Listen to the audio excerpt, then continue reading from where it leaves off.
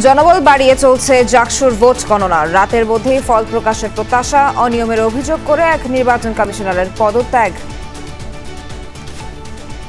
আজকে রাতের মধ্যেই আমরা ভোট গ্রহণ সম্পূর্ণ করে ফলাফল ঘোষণার ব্যবস্থা গ্রহণ করতে পারবো। আমার পক্ষে নির্বাচন কমিশনার হিসেবে দায়িত্ব পালন করা সম্ভব নয়। সেই কারণে আমি নির্বাচন কমিশন থেকে পদত্যাগের ঘোষণা দিচ্ছি।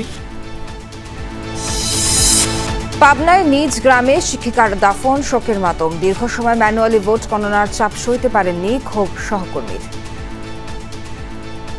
কালকে যদি এই ভোট কাউন্ট করে রেজাল্ট দেওয়া হতো তাহলে আমার সহকর্মীর মৃত্যু দেখতে হতো না, আমাদের কান্না করতে হতো না। প্রশ্নবিদ্ধ ছাত্র সংসদ নির্বাচন আয়োজন না করার আহ্বান বিএনপি নেতা ডক্টর জাহিদের। বললেন, এতে করে স্বৈরাচারের এই পুনর্বাসন হবে। যারা এই সমস্ত বিষয়ে সংশ্লিষ্ট তাদের উচিত হবে এমন কোনো নির্বাচন আয়োজন না করা যে নির্বাচন নিয়ে মানুষের মধ্যে প্রশ্ন আসবে।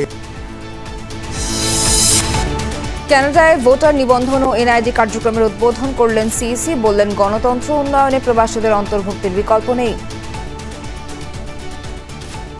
প্রথমে আমরা সিদ্ধান্ত নিয়েছি যে আমাদের যে এক্সপার্টিসরা যে কন্ট্রিবিউশন রেখেছে, we must bring them to the fold.